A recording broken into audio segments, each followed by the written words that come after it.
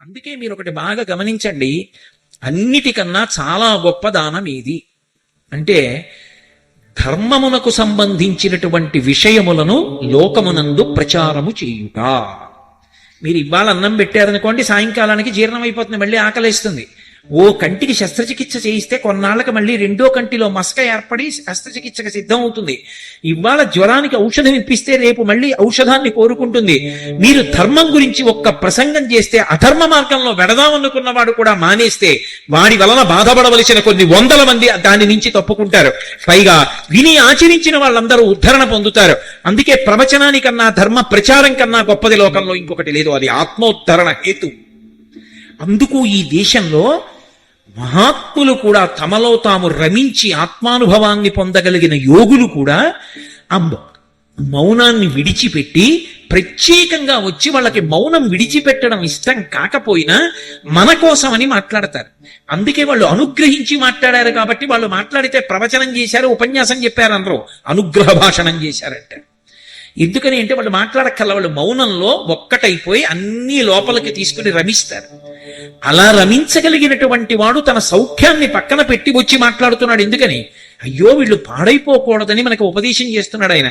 ఆ ఉపదేశం శాస్త్రాన్ని ఆధారం చేసుకుని జరుగుతోంది. ఆ ధర్మ ప్రచారమునకు లోకంలో అంత పెద్ద పీఠం.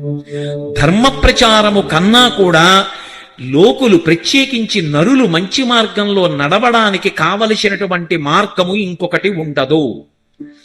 ధర్మమునందు అందరూ ఊంచుకుంటే అసలు లోకంలో నేరము, శిక్ష ఈ రెండు మాటలు ఉండవు. రామాయణంలో ఓ మాట అంటారు, ఎవరి నోటి విన్నా రామా రామా రామా అంతే. ఇంటికి తాళం కప్పలేదు. ఇంట్లో పెద్దవాళ్ళు చిన్నవాళ్ళకి ప్రేతకార్యం చెయ్యడం లేదు. భార్య బ్రతికి ఉండి భర్త వెళ్ళిపోవడం, భార్య వైధవ్యం పొందడం లేదు, దొంగతనాలు లేవు. ఇది ఫలశ్రుతి. ఎలా ఉంటుంది ఇదంతా అంటే అందరూ రామా రామా రామా అన్నారు. రాముడు ఏమంటాడు? శాస్త్రము శాస్త్రము శాస్త్రము గురువు అంటాడు. ఇది మీరు పట్టుకోవాలి. రామరాజ్యం రామరాజ్యం అంటారు. రామరాజ్యం రాముడే పరిపాలిస్తే వస్తుందని నేను అన్నాను అనుకోండి, మళ్ళీ రాముడు వస్తేనే, మళ్ళీ రామావతారం వస్తే రామరాజ్యం వస్తుంది. అలా అయితే రాముడు మనకిచ్చింది ఏమీ లేదని గుర్తు. మళ్ళీ ఆయన వస్తే రామరాజ్యం వస్తుంది కాదు. రాముడు ఎప్పుడైనా పరిపాలన చేస్తున్నప్పుడు సంక్లిష్ట పరిస్థితి ఏర్పడితే ఎంతమంది ఎన్ని సలహాలు చెప్పినా వింటాడు. తాను నిర్ణయం తీసుకునేటప్పుడు ఏమని చెప్తాడంటే, నేను ఈ పని ఇలా చేస్తాను, ఎందుకో తెలుసా, శాస్త్రం ఇలా చెయ్యమని చెప్పిందంటాడు. శాస్త్రము ప్రమాణం ఆయనకి. తస్మాత్ శాస్త్రం ప్రమాణంతే కార్యాకార్య వ్యవస్థితవు. శాస్త్రం ఎలా చెప్పిందో అలా చేస్తాడు. శాస్త్రం ఎలా చెప్పిందో అలా చేసినటువంటి రాముని యొక్క పరిపాలన యందు ఎవ్వరూ బాధపడకుండా ఉన్నారు అంటే నువ్వు కూడా శాస్త్రమును ప్రమాణంగా చేసుకుని పరిపాలన చేస్తే అప్పుడు కూడా రామరాజ్యమే వస్తుందని చెప్పాలి. అంతేగాని రాముడు వస్తేనే రామరాజ్యం వస్తుందంటే రామరాజ్యం రాముడు వచ్చేదాకా రాదు అని మంగళకర వాక్కు. కాబట్టి సా శ్రద్ధ కదితా సిద్భి యా వస్తూపలభ్యతే. బాగుందండి, మీరేదో తలకొట్టుకు చెప్తున్నారు, సంతోషం. కానీ శ్రద్ధ కలగకపోతే ఎంత మీరు చెప్పినా ఇక్కడ విన్నప్పుడు పోని మీ మీద ఎందుకు పెట్టడం? ఈ ప్రసంగం చేస్తున్నప్పుడు నాకు శ్రద్ధ ఉంది కానీ కిందకి దిగేటప్పటికి పోయింది అనుకోండి, ఏదో దొంగతనం చెయ్యాలనిపించింది అనుకోండి, అప్పుడు ఎలా, ఎవరికి చెప్పను? మళ్ళీ బెంగళూరు వచ్చినప్పుడు మీకు చెప్పనా, ఏమండి దొంగ బుద్ధి గురించి మీతో చెప్పాను కానీ ఆ రోజు సభ నుంచి వెళ్ళగానే ఏదో చిన్న వస్తువు ఎత్తుకుపోయాను సుమండి, అది ఏమిటో మరి ఆ రోజే దొంగతనం చేశాను విచిత్రం అని మీకు చెప్పనా? కాదు, అలా చెప్పలేదు శాస్త్రం. శాస్త్రం ఏం చెప్పిందంటే నీ బలహీనత ఏది ఉందో దాన్ని బలహీనతగానే నువ్వు గుర్తించగలిగితే. ఆయన అలా చెప్తాడు కానండి, కళ్ళ ముందు దొరికింది ఎక్కడ వదిలేస్తామండి అన్నవాడికి భగవంతుడు ఏం చేస్తాడు? ఆయన అలా చెప్పాడు, అది సత్యం, నేను అలా తీసుకోకూడదు పక్క వాళ్ళని, కానీ దొంగతనం చేసేసాను, నాకు ఈ బుద్ధి పోవట్లేదు, ఏదో ఒకలా పక్క వాళ్ళది ఎత్తుకొద్దామన్న భావన ఉంటోంది. ఇది ఎలా అంటే ఎవరికి చెప్పమని చెప్పిందంటే, అసలు నీకు ఈ సంకల్పాలు రావడానికి కారణమైన మనసుని నీకు ఇచ్చినవాడు ఎవరు? భగవంతుడు. ఆయనకే చెప్పు. ఆయన దగ్గర చెప్పేటప్పుడు దాపరిక వంతు, ఉన్నదున్నట్టుగా ఆయన ఉన్నాడు అని నమ్మి ఆయన దగ్గర కూర్చుని చెప్పు. అంతేకాని కాశీ నుంచి నేనే కొనుక్కొచ్చానండి విగ్రహం అంటే ఆయన పలకడు. అది విగ్రహం కాదండి, అది నేను కాశీ నుంచి తెచ్చిన విగ్రహం కాదండి, అది పరమాత్మ అంటే అప్పుడు పలుకుతాడు. సత్యసాయిబాబా గారు ఒక ఉదాహరణ చెప్తుండేవారు. వెనకటికి ఓ పిల్లాడికి ఎప్పుడు చూసినా పూర్ణత్వమే అంటే అన్ని సున్నలే వచ్చేవి. ఎవరో ఒక ఆయన దగ్గరికి వెళ్ళి అడిగాడు, అలా ఉపన్యాసం చెప్పిన ఆయన, ఆయన నాకు మార్కులు రావట్లేదు, ఏం చేయమంటారు? విఘ్నేశ్వరుడిని పూజించుకోయ్. ఆయన విఘ్నేశ్వరుడు బొమ్మోటి పెట్టి అగరత్తుల పాపం 30 రోజులు తిప్పి పరీక్షకి వెళ్ళాడు, మళ్ళీ 0. ఎందుకు ఇది? ఇంకో ఆయన అడిగాడు, అమ్మవారిని పూజించు, శారదని పూజించు. ఈ విఘ్నేశ్వరుడిని అలా పెట్టేసి దూరంగా అమ్మవారిని తెచ్చిపెట్టి సరస్వతీదేవికి అగరత్తులు పెట్టాడు, మళ్ళీ రాలా, పక్కన పెట్టేశాడు. ఇంకో ఆయన అడిగాడు, శివుణ్ణి పెట్టబోయే, జ్ఞానం ఇస్తాడు. శివుణ్ణి పెట్టి అగరత్తులు ధూపం వేస్తున్నాడు. ధూపం వేస్తుంటే ధూపం ఎక్కడేశారో అక్కడే ఉంటుంది ఏమిటి, అది అలా పోతుంది గాలిలో పొగ వెళ్ళిపోయి. ఈయనకి మార్కులు ఇవ్వనటువంటి దేవుళ్ళు ఉన్నారే, విఘ్నేశ్వరుడును సరస్వతీదేవి, అక్కడికి పోయింది. ఈయన ఆ రోజున ఇలా ధూపం చూపిస్తూ ఇలా చూశాడు, అన్నన్నన్నన్నా ఒక్క మార్క్ ఇప్పించలేదు కానీ ధూపం పీల్చేస్తున్నారా అని గబగబా వెళ్ళి 2 ఉత్తరీయాలు తీసుకొచ్చి విగ్రహాల ముక్కులకు కట్టేశాడు. గభాలన విఘ్నేశ్వరుడు సరస్వతీదేవి లేచారు. లేచి ఒరే నిన్ను అనుగ్రహించామన్నారు. ఆయన తెల్లబోయి, ధూపం వేస్తే నాకు ఎప్పుడూ పలకలేదు, ముక్కులు కడితే పలికేదేమిటన్నాడు. ధూపం వేసినప్పుడు మేము విగ్రహాలని ధూపం వేసావు, ముక్కులకి గుడ్డ కట్టినప్పుడు మేము ఉన్నామని నమ్మి గుడ్డ కట్టేశావు, ధూపం పీల్చేస్తున్నామని. మేము ఉన్నామని నువ్వు నమ్మితే కదరా మేము అనుగ్రహించాము. మేము విగ్రహాలంటే నిన్నెలా అనుగ్రహించాం, విగ్రహంగానే ఉన్నాం. ఇవాళ ముక్కు గుడ్డ కట్టావు, మేము ఉన్నామని నమ్మావు, ఏ భావనతో కట్టావో, ఉన్నామని నమ్మావు, చాలు ఉన్నాం పలికాం, ఇచ్చి సంపో విద్య. అసలు వాడు ఉన్నాడని నమ్మితే కదా వాడికి చెప్పడం. నేను కాశీ నుంచి తెచ్చిన విశ్వనాథుడు అండి, తిరుపతి నుంచి తెచ్చిన వెంకటేశ్వర స్వామి విగ్రహం అండి, నేను ఏదో కంచి నుంచి తెచ్చిన అన్నపూర్ణ కామాక్షి విగ్రహం అండి, ఇవన్నీ నీ తెచ్చిన విగ్రహాలేనండి. అంటే నేను అన్నాను ఎందుకు, అండం ఎందుకు, ఆ మాట అండం వదిలిపెట్టేయండి. కానీ ఈ విగ్రహాలు విగ్రహాలు విగ్రహాలు అన్న మాట మీరు అన్నప్పుడు అవి ఎందుకు పలుకుతాయండి? అవి పరమేశ్వరుడు ఏమిటి? అసలు శ్రద్ధే లేదు అక్కడే. కాదు, వాడు ఉన్నాడు, వాడు ఆ రూపంలో కూర్చున్నాడు నా ఇంట, నా స్వామి. అందుకే సుప్రభాతం పాడితే నిలబడి పాడతారు, ఏకాంత సేవ చేస్తే కూర్చుని చేస్తారు. సుప్రభాతం ఎందుకు చేస్తారంటే చటుక్కుని లోపలికి వెళ్ళకూడదు. చటుక్కుని లోపలికి వెళ్ళిపోయారనుకోండి, మీరు ఏమని అడిగారు? ఏకాంత సేవ చేసినప్పుడు అమ్మవారితో కలిసి పడుకోమని అడిగారా? అమ్మవారితో కలిసి పడుకున్నప్పుడు ఇద్దరు ఎలా ఉన్నారో చటుక్కుని తలుపు తీస్తే ఎలా? మనమే చెప్తున్నామా వెంకటేశ్వర సుప్రభాతంలో? మనం చటుక్కుని తలుపు తీయడం కాదు, మనం బయట నిలబడి కౌసల్యా సుప్రజా రామ పూర్వా సంధ్యా ప్రవర్తతే అని బోల్డన్ని గుర్తులు చెప్పేసి, అదిగో చిలకల లేచిపోయాయి, చిలకలు అరుస్తున్నాయి, పళ్ళు తినేస్తున్నాయి, ఇవన్నీ చెప్పేస్తే ఆయన చటుక్కుని లేచిపోయి, అయ్యో ఇంతమంది పిల్లలు బయట నించున్నారు, లక్ష్మి ఒక్కసారి కనపడొస్తానని భళ్ళు తలుపులు తీసి బయటకు వస్తాడు. అప్పుడు నిజంగా ఆయన బయటికి వస్తే భక్తులు అంటారు, కమలాకు చచూచుక కుంకుమతో నియతారుణితాతుల నీలతనో కమలాయతలోచనలో కపతే విజయీ భవ వెంకట శైలపతే. మాకు విజయం ఇమ్మన్రో, నీకు విజయం అగుగాక. ఎందుకని? సౌలభ్యం. ఆయన చటుక్కుని బయటికి వచ్చేయడంలో ఉత్తరీయం లేదు, జారిపోయింది. రాత్రి లక్ష్మీదేవిని కౌగిలించుకుని పడుకున్నప్పుడు అమ్మవారు అయ్యవారిని సంతోష పెట్టడానికి తన కుచుములకు అలదుకున్నటువంటి కస్తూరి ఆయన వక్షస్థలం మీద ఎర్రటి చుక్కలు కనపడుతోంది. అమ్మవారిని గాఢంగా కౌగిలించుకున్నవాడు అని తెలిసిపోతోంది. అసలే పోనీ నువ్వు కూడా ఎర్రగా ఉంటే గొడవ దిగిపోయేది, నల్లగా ఉంటావు. ఆ నలుపు మీద ఎర్ర చుక్కలు కనపడుతున్నాయి. అమ్మవారిని గాఢాలింగనం చేసుకుని పడుకున్నామని తెలిసిపోతోంది. చటుక్కున ఉత్తరీయం కూడా లేకుండా వచ్చేశావు. మా కోసం ఇలా వచ్చేసావా? అసలే మా కళ్ళంత మంచివి కావు స్వామి, కనురాపు తగులుతుందేమో. విజయీ భవ వెంకట శైలపతే. నువ్వు అది అనుభవించాలి. అందుకని ఓ గంట కొట్టో తలుపు తట్టో మెల్లిగా తలుపు తీస్తాడు. అంటే ఏంటి, వాడు ఉన్నాడు అన్న భావనేనా? అంతేగాని సుప్రభాతం నేను చదివానండినే కాదు. నువ్వు చదవగా తెర తీసేటప్పటికి వాడు కనపడితే నువ్వు తెర తీస్తే వాడు కనపడ్డాడు కాదు, నిన్ను అనుగ్రహించడానికి వాడు తెర తీశాడు. ఈ భావన ఉంటే ఆ తెర తొలగుతుంది. త్యాగరాజస్వామి వెంకటేశ్వర స్వామి దర్శనానికి వెళ్ళారు. ఏదో కారణం ఇప్పుడు కుదరదులేండి తెరవేశారు. ఆయన ఎవరికీ చెప్పలేదు. ఆయన అక్కడ కూర్చుని తెరదీయగరాదా అని కీర్తన చేశారు. స్వామి నీకు నాకు అడ్డు ఈ మాయా అన్న తెర ఎప్పుడూ ఉంది, తెర తీయవా అని అడిగారు. భళ్ళు అని తెలుసుకుంది తెర. ఇప్పుడు తెర ఎవరైనా తీసి దర్శనమిచ్చారా? తెర ఆయనే తీయించి దర్శనమిచ్చాడా? తెర తీసి దర్శనమిచ్చాడని అనకూడదు, తెర తీయించి దర్శనమిచ్చాడన్నారు. నువ్వు పాడిన సుప్రభాతానికి ఆయన అనుగ్రహించాడు. ఆ భావన లేనప్పుడు ఎన్ని మాటలు సుప్రభాతానికి అడితే నీకు మనసులో ఆ పండిన అనుభూతి కలుగుతుంది. వాడు ఉన్నాడు అన్న భావన నీకుంటే మళ్ళీ వెనక్కి రండి. ఇదంతా ఎందుకు చెప్పానంటే, నీకు మనసిచ్చిన వాడు వాడే కాబట్టి వాడికి చెప్పు ఆ మాట. ఈశ్వర శ్రద్ధ ఉండాలని మీరు చెప్పారు, దొంగతనం చెయ్యొద్దని చెప్పారు, పరమాద్భుతమైన ఈ శరీరాన్ని ఇచ్చారు, దీన్ని 7 ధాతువులతో కప్పారు. చర్మము, రక్తము, మాంసము, కొవ్వు, అస్థి, శుక్ల, మేధ చర్మం మీద ఒక్క పిసరు ఇలా తొలగితే ఈగలు దోమలు చీమలు పట్టి పీకేస్తాయి, రక్తం కారిపోతుంది. ఎంత అద్భుతంగా పెట్టావయ్యా ఈశ్వరా ఈ చర్మాన్ని. చిన్నప్పుడు నా చెయ్యంత ఉన్నాను అప్పుడు పెట్టిన చర్మం. ఆ తర్వాత 6 అడుగులు పెరిగాను. ఆ చర్మం సాగిపోవడంలో ఎక్కడా పట్టుని పగిలిపోలేదు, అలా అందంగా సాగిపోయింది. అంతేగాని పెరుగుతున్నాడని బయట నుంచి చర్మం తెచ్చి అతికించలేదు ఎవరు. ఎంత గొప్పగా పెంచావయ్యా ఈ శరీరాన్ని. 10 గోళ్లు సమానంగా పెరుగుతాయా? వెంట్రుకలన్నీ సమానంగా పెరుగుతాయా? ఆకలేస్తే లోపల మంట పెడుతుందా? దాహం వేస్తే నీళ్లు కావాలని అడుగుతుందా? కడుపు నిండిపోతే త్రేణు పొచ్చి ఇంకా చాలే లోపల పొయ్యకని చెప్తున్నావా? నిద్రపోతే ఊపిరి తీస్తున్నావా? ఈశ్వరా నీకు నేనేమిచ్చి నీకు ఉపకారానికి రుణం తీర్చుకోను. అందుకే అసలు దొంగతనాల కల్లా పెద్ద దొంగ ఎవరో తెలుసా అండి? దొంగతనాలు చేసేవారికి నాయకుడు ఎవరంటే పరమేశ్వరుడు. ఇదేమిటండి మళ్ళీ మీరు ఇలా అంటారంటారేమో. నేనంటలేదు, వేదం అంది. తస్కరాణం పతయే నమో నమో అందా లేదా? ఎవరు దొంగ? మనకి తెలియకుండా చేసిన వాడు దొంగ. ఎత్తుకుపోయాడో ఇచ్చాడో ఏది చేసినా దొంగతనం. ఎవడో తెచ్చి మా వీధిలో ఓ బియ్యం బస్తా పెట్టిపోయాడు. ఎవరు పెట్టారు ఎవరు పెట్టారు ఎవరు పెట్టారు ఎవ్వరికీ తెలియదు. పోని పక్క వాళ్ళ కోసం పెట్టాడేమో అనుకుందామంటే చాగంటి కోటేశ్వరరావు గారి కొరకు అని రాసి అక్కడ బియ్యం బస్తా పెట్టాడు.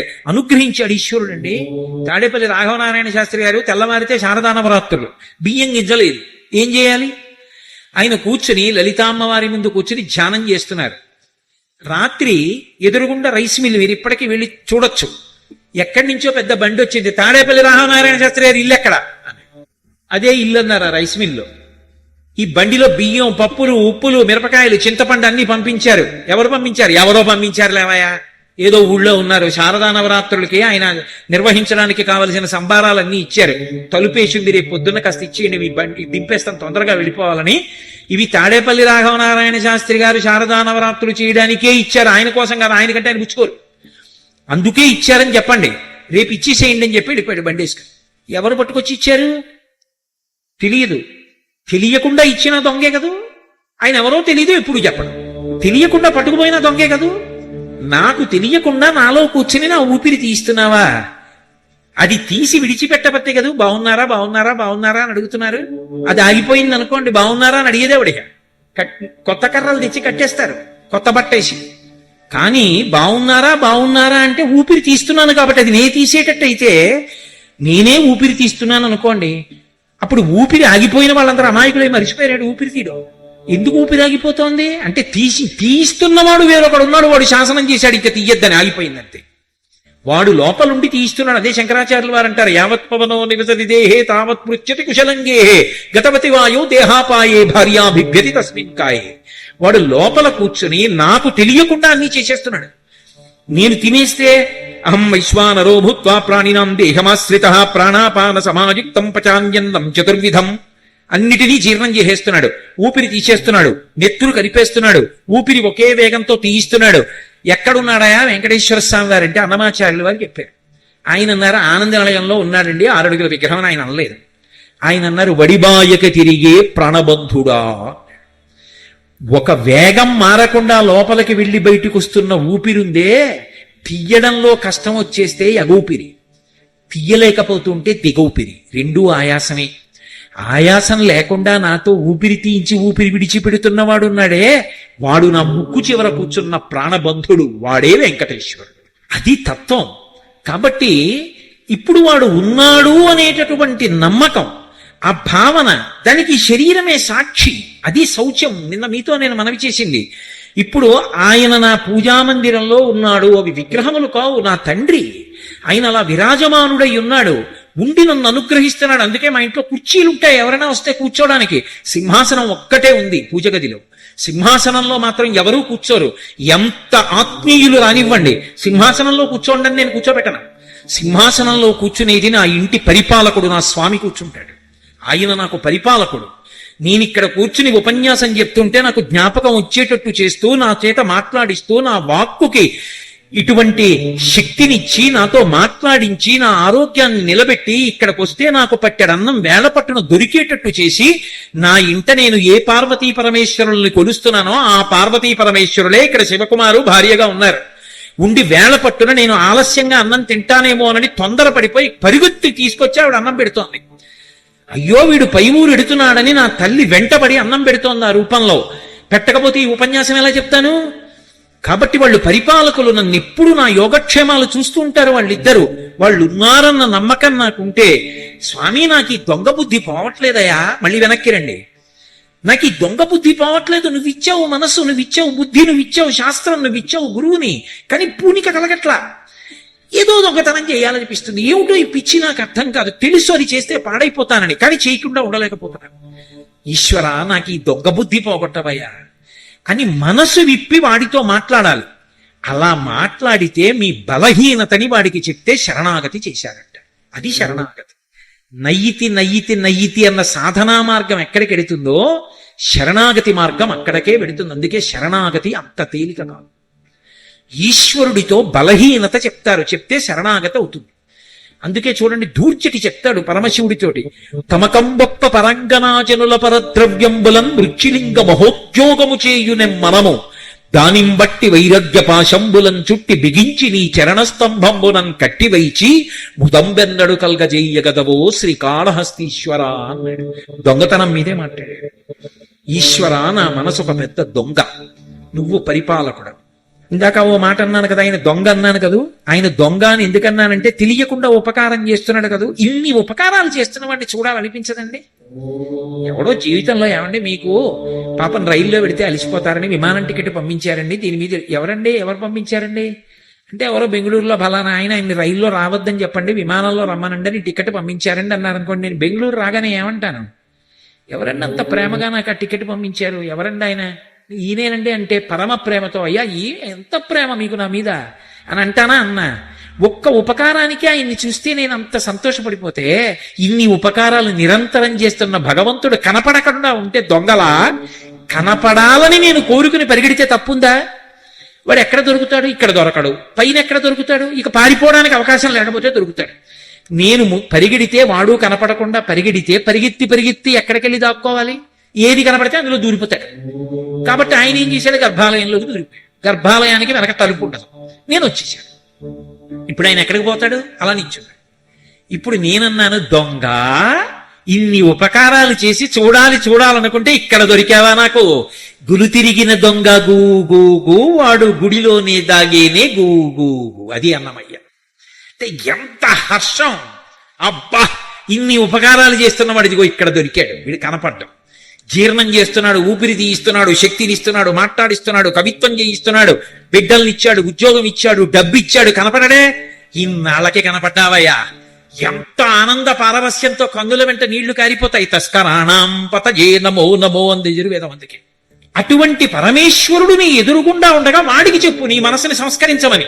అందుకు చెప్పాడు దుర్జటి, తమకంబొప్ప పరంగనాజనుల పరద్రవ్యంబులం మృత్యులింగ మహోద్యోగము చేయునెమ్మనము. మహోద్యోగం చేస్తోంది. ఎంత గొప్ప పని చేస్తోందో తెలుసా? నువ్వు ఇచ్చిన మనసు 2 దొంగతనాలు చేస్తుంటుంది. తమకంబొప్ప పరాంగనాజనుల పరద్రవ్యంబులన్, నా భార్య యందు నా కామం ఉంటే దోషం కాదు, పరకాంత కనపడితే నా కామము వారి యందు ప్రవర్తిస్తోంది. ఎంత తప్పు పని చేస్తోంది? దొంగ బుద్ధే కాదా? కాబట్టి దొంగ బుద్ధి నా మనసుది. పరద్రవ్యంబులన్, నాది కానిది పరుల ద్రవ్యాన్ని చూస్తే అది నాకు ఇస్తే బాగుండనిపిస్తోంది.